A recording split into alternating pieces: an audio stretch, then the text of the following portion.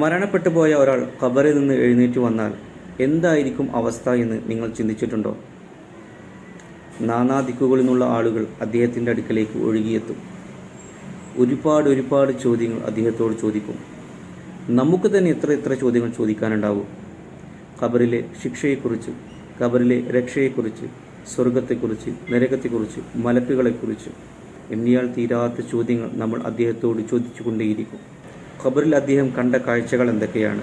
ഖബറിൽ അദ്ദേഹം അനുഭവിച്ച അനുഭവങ്ങൾ എന്തൊക്കെയാണ്? അങ്ങനെ ഒരുപാട് ചോദ്യങ്ങൾ.